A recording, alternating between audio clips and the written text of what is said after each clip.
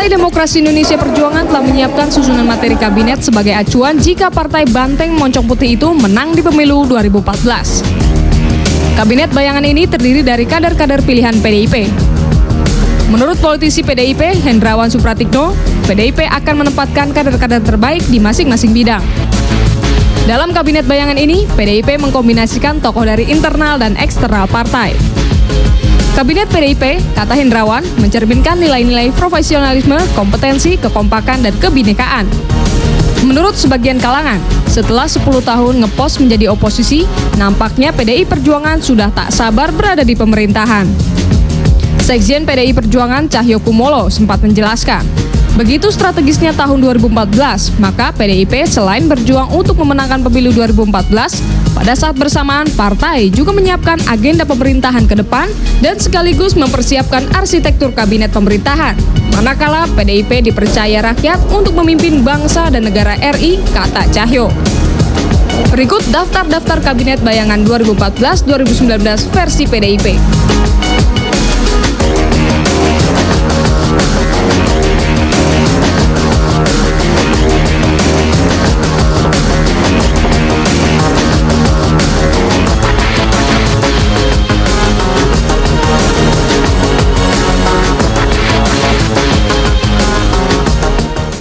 Terima kasih Anda masih bersama kami dalam Ada Apa Berita, dan dalam perbincangan ini kita akan membahas mengenai PDI Perjuangan yang siapkan kabinet bayangan jika memang nanti menang dalam pemilu 2014 ini. Kami akan berbincang bersama dengan dua narasumber kita pada malam hari ini. Yang pertama adalah dengan Bapak Effendi Simbolon, beliau adalah Ketua DPP PDI Perjuangan. Selamat malam Pak Effendi. Selamat malam. Terima kasih. Baik, dan juga dengan Profesor Ikrar Nusa Bakti, pengamat politik dari LIPI. Selamat malam Prof. Malam. Terima kasih bersama kami. Dan silakan jika nanti Anda memiliki pertanyaan, menelpon kami di 021-5155-111.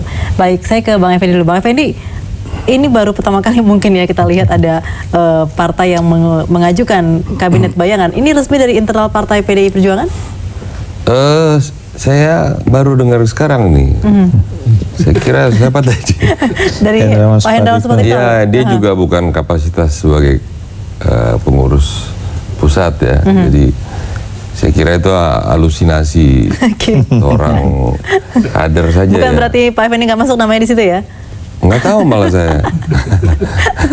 Jadi kita tidak pernah melonsing susunan kabinet, bahwa kita juga pernah di kabinet dan masih akan terus berjuang untuk berkuasa. Itu salah satu hal yang saya kira hal yang lazim ya. Tapi secara resmi partai tidak pernah menyampaikan itu ke publik. Tapi dari perbincangan dalam rapat internal pun tidak pernah ada omongan seperti ini? Nggak pernah. Jadi ini saya juga tidak tahu apa motivasi dari yang bersangkutan. Oke, baik Pak Ikrar. Dengan adanya tahun 2014, semua orang tampaknya ingin mencari panggung begitu. Tadi Bang Effendi mengatakan tidak tahu begitu dari internal. Nah, apakah ini juga disampaikan orang-orang yang memang mencari panggung begitu? Karena nama-namanya memang di situ nama-nama semuanya kader PDIP begitu, walaupun nama-nama kabinet tersebut. Ya, saya kalau ngelihat ini persoalan siapa yang memang berhak untuk menentukan calon anggota kabinet ya. Hendrawan Supratikno memang tidak dalam kapasitas itu.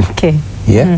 Kenapa demikian? Karena Anda tahu ya, apalagi kalau kemudian disebut kabinet bayangan ya. Karena kabinet bayangan itu cuma ada di dalam satu sistem parlementer ya. Yang dimana misalnya ya? Dan juga saya juga bingung tadi pagi waktu mendengar berita ataupun ada SMS ke saya, ini ada kabinet bayangan dari PDIP, dan kemudian saya pikir loh, memangnya kemudian dia mau membayangi kabinetnya SBY kan ya. Jadi itu yang menjadi satu pertanyaan. Tapi kalau misalnya ini propose kabinet ya, itu kabinet yang akan diusulkan bisa-bisa saja. Tapi kalau saya lihat dari orang-orangnya itu hampir tidak mungkin. Kenapa nggak mungkin? Masa semuanya orang PDIP kan? Itu almost impossible ya. Itu pemerintahan yang akan datang itu semua 100% dipegang oleh orang PDIP. Kenapa demikian? Karena saya yakin itu akan menjadi suatu problem politik tersendiri bagi pemerintahan yang mendatang kalau memang PDIP memenangi pilpres ataupun pileg gitu. Oke, artinya target PDIP untuk berkuasa di pemerintahan begitu Bang Effendi memang menjadi tujuan dalam pemilu 2014 ini? Ya, saya kira semua partai politik lahir pasti akan dalam rangka juga ingin berkuasa ya. Tapi sekali lagi kita juga tidak kemudian sekonyong-konyong gitu ya. Ini kan perjalanan yang cukup panjang. Yeah. Kalau kita sejak katakanlah reformasi saja ya, kepemimpinan Bu Mega juga kan tidak penuh ya. Andaikan ketika reformasi itu kemudian dengan menangnya PDI di 35% ketika itu ya, dan langsung menjadi presiden, maka mungkin akan bisa diukur kabinet penuh dari Megawati ya. Nah, tapi kan beliau hanya menggantikan Gus Dur yang quote-unquote bermasalah konstitusi ketika itu. Oleh karenanya ya, ketika kami di luar pemerintahan, ini hampir 10 tahun ini. Oposisi ya? Ya istilahnya bukan oposisi tapi di luar pemerintahan begitu. Ya kami sangat prudent ya. Saya kira Bu Mega juga akan sangat seperti Pak Prof tadi sampaikan, tidak mungkin kita sekonyong-konyong juga memposisikan seluruhnya dari kabinet itu adalah PDI Perjuangan. Ini kan harus kita membangun bangsa ini kan harus bersama. Tapi tidak harus juga koalisi karena ketika pemerintahan Megawati yang lalu juga kan orang-orang yang ada dalam kabinetnya juga walaupun tidak formal mewakili partainya tapi merupakan juga katakanlah aspirasi ya. Aspirasi yang secara tidak tertulis itu memang sering dipakai untuk rujukan untuk artinya nanti juga kabinet. Ada perbincangan mengenai arah koalisi gitu ya dengan adanya tadi peluncuran kabinet bayangan ini. Tapi kita akan berbincang nanti di bagian berikutnya, Pak Effendi dan juga Pak Ikra. Jangan kemana-mana, kami akan kembali bersama Anda sesaat lagi.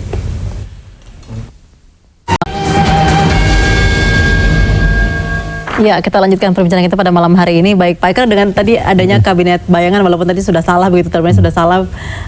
Apakah ini juga artinya di sini tidak ada nama Jokowi dan tidak ada nama Puan Maharani begitu? Apakah ini artinya juga PDIP nanti mungkin arahnya adalah tetap akan mencapreskan Ibu Megawati atau nanti Pak Jokowi sebagai cawapres? Ini juga nggak jelas ya. Kenapa nggak jelas? Karena Anda juga tahu bahwa selama ini juga ada isu yang beredar ya, seperti yang dikemukakan oleh Tamrin Amal Temagola ya, seolah-olah itu Jokowi akan dikawinkan dengan Puan Maharani, kan itu kan juga pernah. Kemudian Alhamdulillah bahwa kemudian udah bahwa diputuskan bahwa calon presiden dan wakil presiden dari PDIP itu adalah Jokowi dan Puan Maharani ya, walaupun kemudian PDIP akhirnya juga membantah ya. Karena ini juga menjadi satu pertanyaan juga, apakah juga Megawati akan maju juga ya? Ya kalau saya pribadi sih ya, saya nggak punya kaitan dengan PDIP, tapi kalau memang itu terjadi, buat saya itu bunuh diri politik juga. Kenapa demikian? Karena hitung-hitungan apapun ya, Megawati itu pasti kalah. Ya. Dia dengan Jokowi walaupun menurut hasil survei itu masih tertinggi 27, sekian persen, sementara Prabowo Subianto itu 23, sekian persen, tapi margin error-nya kan cuma 2,5%. Margin error 2,5% itu kan bisa lebih tinggi 22,5% untuk Prabowo dan kemudian bisa saja dalam putaran kedua kemudian kalah. Jangan lupa ya bahwa biar bagaimanapun ya, maaf saya ngomong terus terang ya, Bung Effendi ya, Megawati itu udah nggak bisa dijual. Ya, hasil survei baik dia secara pribadi, maksud saya sendiri ya sebagai calon presiden, ataukah dia calon presiden bersama Jokowi, itu tetap tidak mengangkat. Tanggapan Bang Effendi? Ya, memang kapan waktunya itu sangat tergantung momen yang paling pas ya. Itu bisa sebelum, bisa sesudah pileg ya. Tapi amanat Kongres dan Rakernas itu sudah memutuskan kepada Ketua Umum untuk baik waktunya maupun siapanya. Nah, kalau figur, saya kira bisa saja pandangan dari Prof seperti itu ya. Tapi kalau kita lihat Indonesia, ini kita bicara keindonesiaan, kan kita butuh juga figur yang mapan ya, yang mapan karena yang dikelola ini kan sentimen kebangsaan ini kan sensitif ya. Ya, saya kira kalau kami terserah pendapat masyarakat. Ya, menunggu momen yang tepat itu tampaknya juga menjadi satu hal yang juga blunder mungkin nanti seperti itu loh Pak. Karena mungkin seperti saat ini sudah mulai ada kasus Wali Kota Surabaya Ibu Risma seperti itu yang dianggap nanti malah akan menjadi nama Jokowi itu akan tersaingi dengan Ibu Risma seperti itu. Ya, kita nggak berkepentingan ngurusin persaingan antar kader ya. Itu dinamika saya kira sah-sah saja. Bahwa itu apakah dibangun, dibuat direkayasa, apakah memang natural, ya juga itu bagian yang kita tidak harus kita urusin itu. Jadi partai politik tidak kemudian serta-merta reaktif terhadap persoalan yang katakanlah yang sedang ngetren gitu ya. Tapi ya, secara internal juga apakah juga ada komunikasi begitu untuk menyelesaikan masalah Ibu Risma? Saya kira nggak ada masalah ya. Apa sih masalahnya? Masalahnya kan menjadi masalah karena Dibawa ke panggung nasional? ya itu jawabannya udah ngerti lah. Oke, Ya nah, kan? tidak ada kekhawatiran dari PDIP bahwa nanti akan justru ini akan menjadi serangan bagi PDIP? Enggak lah. 100% pengusung calon dan wali kota dan wakil itu kan PDI Perjuangan. Ya kan? Ya. Baik Risma maupun Bambang Deha kan PDI Perjuangan. Nah menang. Nah ketika kemudian Bambang Deha mengajukan diri menjadi calon gubernur dan itu dia konsekuen, dia mundur, maka ada kekosongan, diisilah. Pengisiannya kan melalui prosedural. Tidak serta-merta si wali kotanya atau si gubernurnya atau si presidennya harus yang mengusulkan. Kan yang mengusulkan partainya lagi dong. Terus di mana salahnya partainya? Jadi saya kira terlalu berlebihan. Tidak ada kekhawatiran bahwa partai-partai lain sudah mulai membuka pintu dan juga sudah berharap Ibu Risma pindah ke gerbong lain. Kalau saya pribadi silakan saja pindah. Jangankan cuman Risma, Jokowi sekalipun nggak masalah.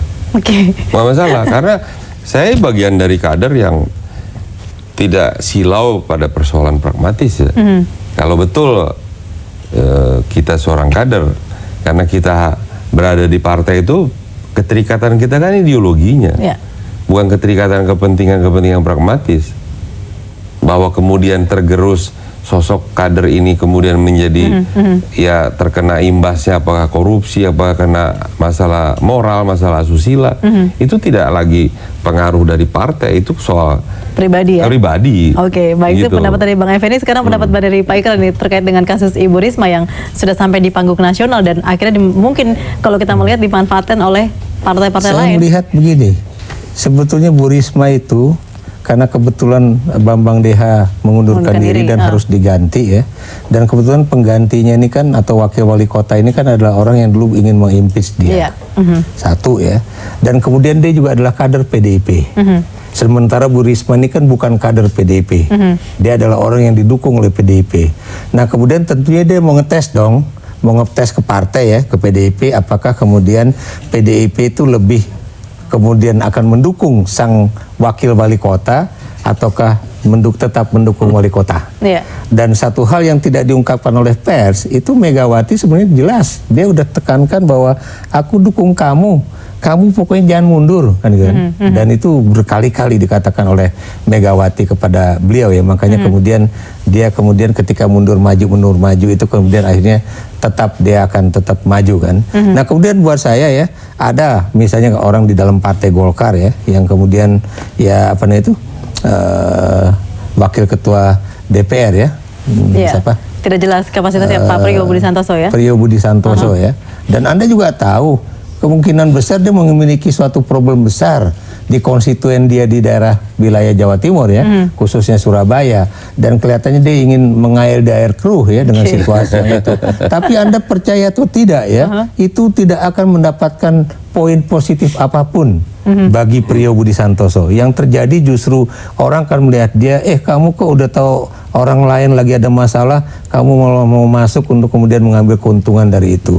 Dan saya juga nggak tahu nasib dia di dalam Golkar sendiri. Jadi artinya semua orang sudah bisa melihat begitu ya, tidak? Kalau buat saya ya. Dan saya yakinnya bahwa kalaupun saya setuju dengan Bu Effendi ya, kalau kemudian Risma itu keluar dari dukungan PDIP dan mencari dukungan pada partai lain, saya boleh percaya atau tidak ya, saya bukan politisi, tapi saya yakin dia akan jatuh pamornya. Oke, baik, ini semakin menarik, kita akan nanti sambung lagi setelah jeda. Jangan kemana-mana, kami akan kembali bersama Anda setelah pariwara.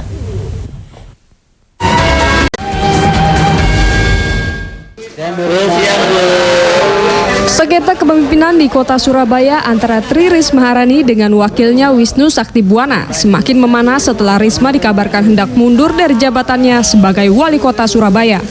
Permasalahan ini bermula saat Risma mengoreksi kinerja DPRD Surabaya terkait pemilihan Wisnu sebagai wakil wali kota. Berniat menyelesaikan masalah Risma dan Wisnu, Komisi 2 DPR bersama Menteri Dalam Negeri Gamawan Fauzi dan Gubernur Jawa Timur Soekarwo Rabu malam mengadakan rapat. Hasilnya DPR memutuskan permasalahan Risma dan Wisnu harus diselesaikan DPRD Surabaya. Meski tidak menghasilkan keputusan konkret, rapat yang berlangsung selama 15 menit hanya sebatas menjalankan tugas fungsi pengawasan.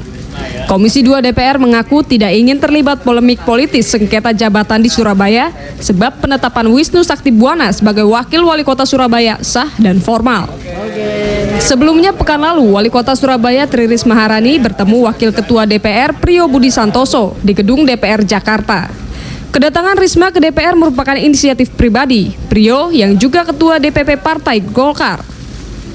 Sementara permasalahan Risma dan wakilnya yang sama-sama kader PDIP sedang dalam kajian PDIP dan DPRD Surabaya. Sejumlah politisi PDIP menilai keputusan Priyo memanggil Risma syarat agenda politis. Mengapa Risma dan wakilnya yang sama-sama kader PDIP terkesan tidak sehati memimpin kota Surabaya? Benarkah Priyo Budi Santoso yang merupakan Ketua DPP Partai Golkar mencari keuntungan politik di balik kasus Risma? Atau mungkin isu politik PDIP dan Golkar yang membawa kasus Risma merupakan trik mencari popularitas guna menaikkan elektabilitas partai jelang pemilihan presiden 2014? Tim Liputan, Jak TV. Ya, semuanya menjadi sensitif ketika tahun 2014 ya. Tadi mungkin Pak Eko sudah menyebutkan apa yang disampaikan oleh Pak Priyo. Tapi juga menjadi pertanyaan saya nih Bang Effendi, apakah Bu Risma juga seizin atas pengetahuan PDIP untuk bertemu dengan Pak Priyo? Saya kira tidak. Karena itu kita juga sangat menyayangkan ya bahwa ini kan kembali ke soal kepatutan ya. Apakah patut seorang wakil ketua DPR kemudian menarik persoalan yang kalau memang itu tugas dari DPR berarti ada sekitar 500 dong. Semua orang pasti akan mengadu ke DPR RI begitu. Bukan ya, hanya mengadu, karena semua ditarik ke pusat kan, juga kan kewenangan itu sudah mempunyai batasan-batasan ya. Tapi ya bagi kami ya silahkan saja kalau Priyo ingin, karena kebetulan mungkin beririsan sama dapil dia ya, bisa saja kan dia membutuhkan panggung. Mungkin dukungan untuk mendapatkan dukungan elektabilitas ya. Tapi kalau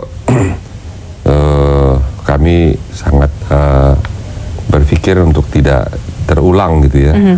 Karena ini kan menjadi presiden, presiden yang tidak baik bagi kehidupan demokrasi kita, Prof. Iya, kalau menurut Pak Prof Ika sendiri dengan datangnya Ibu Risma, apakah dia memang benar-benar polos atau memang tidak ada motif apa sebenarnya? Buat Karena saya memang dia tadi polos tidak ya. izin PDIP sendiri. Buat saya dia masih seorang birokrat ketimbang seorang politisi. Ya. Cuma ya begitu tadi saya bilang bahwa dia ini lagi mencari posisi legitimasi dia sebagai wali kota Surabaya. Maksud saya legitimasi itu bukan kalau legitimasi dari rakyat Surabaya udah pasti. Sudah ada ya. Tapi yang dia inginkan itu adalah legitimasi politik dari partai-partai politiknya itu sendiri ya. Jadi saya melihatnya seperti itu. Jadi dia kelihatannya terlalu polos, walaupun kemudian dipakai oleh Priyo untuk kemudian mencari keuntungan yang tadi saya bilang mengail di air keruh ya. Dan saya yakin Partai Golkar juga tidak menyetujui langkah Priyo. Ya, kenapa saya berani mengatakan demikian? Karena Anda lihat aja, apakah kemudian Partai Golkar kemudian juga mengelulukan Risma hari ini atau tidak ya. Saya lihat tidak, karena saya melihat dalam Partai Golkar itu juga masih punya yang tadi dikatakan oleh Bung Effendi ya, azas kepatutan itu. Golkar tentunya tidak mau bunuh diri politik ya, mencari keuntungan dari problem internal PDIP, apalagi ini bukan internal dalam artian politik nasional, ini politik daerah. Dan buat saya keputusan dari Komisi 2 DPR itu sangat tepat, yaitu mengembalikan itu ke daerah bukan kemudian mengambil alih persoalan dari daerah ke pusat. Kenapa demikian? Sebab itu adalah memang wewenang dari DPRD, bukan DPR. Oke, ini nama Ibu Risma juga sebenarnya sudah mulai bunyi di survei-survei untuk calon presiden 2014 begitu. Apakah ini juga artinya menjadi ancaman juga nih Prof, bagi terutama internal PDIP jika nanti memang Bu Risma pindah ke gerbong lain?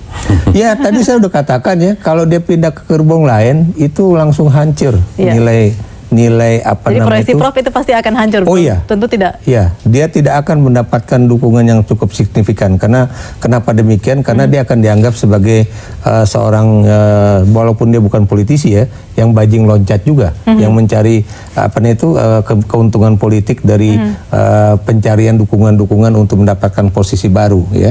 Dan ini beda dengan Jokowi misalnya, kalaupun dia nanti melompat dari gubernur menjadi calon presiden, tetap di bawah benderanya PDIP. Karena kalau Jokowi juga kemudian nggak sabar gara-gara misalnya Megawati tidak menyebut dia menjadi calon presiden, itu percaya atau tidak, itu juga elektabilitas dia akan hancur. Kenapa demikian? Karena orang tidak lagi percaya dengan gaya bahwa misalnya Bung Effendi Simbolon ini saya kuyo-kuyo sehingga kemudian nama dia langsung melambung tinggi. Enggak. Sekarang orang udah begitu pintar untuk mengetahui kira-kira apa yang terjadi, kira-kira setting politik apa yang sedang berlangsung selama ini. Jadi lagi-lagi sekarang ini buat saya ya, orang lebih melihat apakah dia itu benar-benar tegar sebagai seorang politisi ataupun seorang kepala daerah ya, atau seorang pemimpin politik ya, ataukah dia begitu mudah atau rentan untuk tidak mampu misalnya menahan gejolak yang ada di wilayahnya sendiri. Apa yang terjadi dengan Risma kan begitu ya. Artinya banyak sekali orang mempersoalkan mengapa dibatalkan pembangunan jalan tol. Mengapa Doli mau dihapuskan, mengapa ini, mengapa gitu. Kebanyakan itu kan menjadi satu yang ingin bersak. Ini juga mungkin akan terjadi dengan Pak Jokowi, Pak Bang Effendi ini dengan segala macam mungkin sudah mulai banyak persoalan-persoalan di Jakarta seperti banjir, sepinya Blok G, kemudian bus yang rusak seperti itu. Apakah PDIP tidak khawatir juga dengan keadaan seperti ini yang akan menurunkan elektabilitas Joko Widodo begitu? Kan ini juga salah satu kader yang sedang dilus-lus begitu.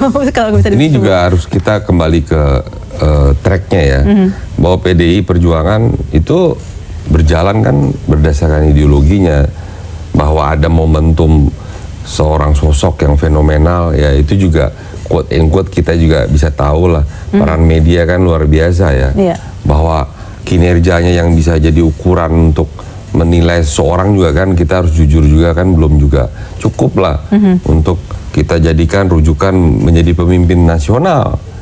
Ya kalau kita melihat apakah kebutuhan pemimpinan nasional itu hanya sekedar belusukan saja begitu. Nah kalau gitu semua nanti sekolah-sekolah calon pemimpin cukup belusukan dong. Kan belusukan itu kan hanya salah satu cara Anda bersentuhan dengan persoalannya, tapi belum menyelesaikan persoalannya kan, kan gitu. Nah sedangkan konteks kepemimpinan nasional saya kira nggak cukup hanya sekedar baik, sederhana, jujur. Kita perlu tahapan, maka ada tahapan orang dari pangkat, dari mulai Sosok seperti apa sih negarawan yang menurut Anda cocok untuk menjadi bukan seorang? Menurut saya, menurut konstitusi kita, memang dia memerlukan kearifan yang mumpuni dengan pengalaman yang cukup ya. Karena menjadi seorang pemimpin itu dengan jabatan presiden, maka dia menjadi pemimpin bangsa. Jadi harus mengetahui antara dari Sabang sampai Merauke, seluk-beluk bagaimana napak tilas perjalanan bangsa ini ya. Dia harus meresapi betul. Kita sudah berbagai pemimpin kita temui, apakah dari latar apa yang belakang disampaikan oleh Bang Effendi, kayaknya yang berpengalaman jadi presiden cuma Ibu Megawati aja nih. Jangan-jangan Ibu Megawati capres dari PDIP nanti nih. Iya, saya pikir kenapa tidak? Ya, kalau dari PDIP Walaupun tadi Pak Ikrar Perjuangan mengatakan ini bunuh diri politik juga bagi PDIP jika ya nggak apa-apa, itu kan kami akan dengar apa yang disampaikan yang Prof jelas ya. image-nya itu udah kalah dengan oleh Gus Dur melalui MPR, kalah dengan SBY 2 kali, berarti udah 3 kali kalah, mau maju lagi orang nggak akan melihat, percaya sama saya. Ya bagi kami ya boleh-boleh aja sih kalau Bung Effendi Simbolon berbeda. Ukurannya kan ukurannya kan tidak soal kalah juga, kami juga tidak mengakui kekalahan.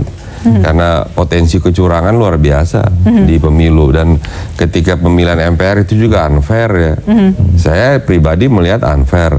Mana ada fraksi yang mengantongi legitimasi 35%, kemudian ujuk-ujuk dikalahkan oleh fraksi yang non-seat. Kira-kira kan ini juga saya kira bukan demokrasi yang real ya, yang fair ya. Tapi itu terjadi dalam politik sebetulnya. Nah, apa? Terjadi dalam politik, tapi pada tetapi bukan faktanya. politik yang kita anut. Jangan salah loh.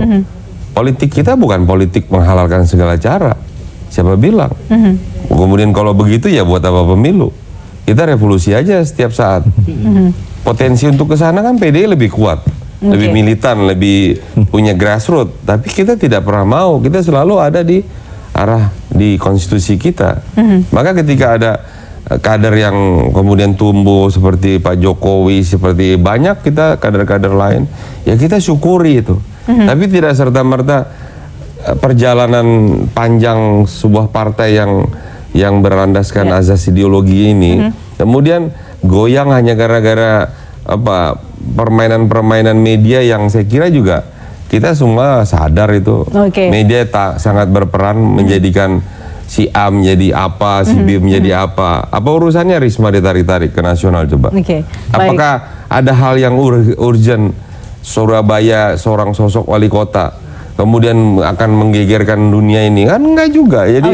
Jadi ini semua pola-pola yang direkayasa ya, saya kira. Persoalan tetap ada persoalan, tapi persoalan itu direkayasa, dirajut, dibuat sinetron gitu, kayak jual Indonesian Idol begitu. Sosok yang tidak punya nama ya. Ini kan tergantung siapa cooknya, siapa chefnya.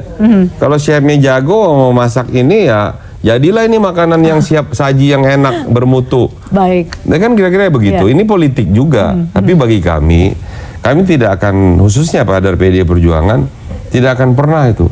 Tidak akan pernah silau oleh, bayangkan gambaran koran-koran besar ya, seperti Kompas, Tempo, membuat begitu fenomenalnya ini sosok-sosok yang sepertinya turun dari langit begitu. Memiliki pertimbangan sendiri dari internal partai begitu ya Pak? Ya, bukan hanya pertimbangan, tapi memang pertimbangan bangsa ini juga bukan hanya dari partai. Masa iya bangsa ini hanya kemudian sepertinya kita kehilangan akal kita memilih pemimpin kita. Ya kan? Kecuali itu datangnya dari Tuhan loh. Kita tidak bisa stop Terakhir itu. mungkin bagi Pak Ikrar untuk mensummary perbincangan kita pada malam hari ini.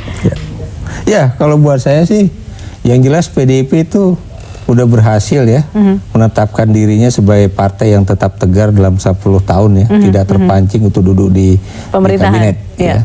Tapi yang kedua, poin yang kedua, ini ketegaran dan kemudian aset politik itu, modal politik yang begitu besar ya, baik itu dari aspek sosial, ekonomi maupun politik, itu jangan dibuang. Jangan melakukan kebodohan politik. Jangan kebodohan politik tahun 99 diulang lagi. Jadi taruhannya tahun ini 2014 ini begitu ya. Kenapa saya bilang kebodohan politik 99? Karena PDIP begitu percaya seperti Bung Effendi Simbolon tadi katakan ya. Itu kan secara natural itu kan kalau udah dapat 33% ya dan udah paling tinggi ya pantasnya jadi presiden dong. Padahal politik tidak demikian. Anda itu harus luas. Anda itu harus melakukan political approach ya kepada kelompok lain ya. Ini kayak gini nih. Ini kalau begini ini bunuh diri politik semua ya. Kabinet bayangan. Masa anggota kabinetnya semuanya orang PDIP. Siapa yang mau dukung gitu kan? Jadi itu menunjukkan betapa dalam berpolitik itu ya keluasan harus terjadi, komunikasi politik harus tetap dijaga ya, dan kemudian bagaimana partai itu melakukan branding image-nya, termasuk juga branding terhadap calon presidennya itu sendiri. Baik kalau gitu, terima kasih banyak Pak Prof Ikrar dan juga Bang Effendi Simbolon bersama kami dalam Ada Apa Berita.